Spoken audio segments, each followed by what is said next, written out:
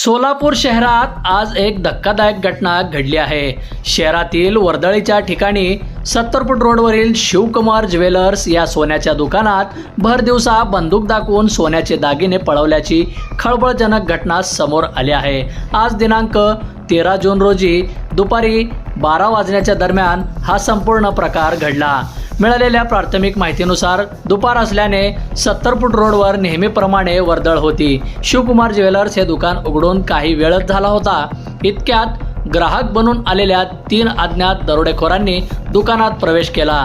दुकानदाराला काही समजण्याच्या आतच दरोडेखोरांनी थेट बंदूक बाहेर काढली आणि दुकानदाराच्या डोक्याला लावली।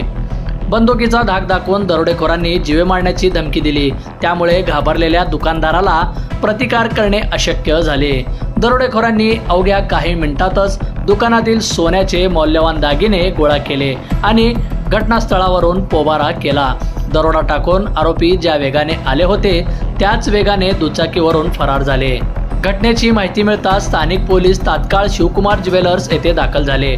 लुटलेल्या सोन्याच्या दागिन्याची नेमकी किंमत किती आहे याचा आकडा अद्याप समोर आलेला नाही। पोलीस सध्या दुकानातील आणि परिसरातील CCTV फुटेज तपासत आहेत।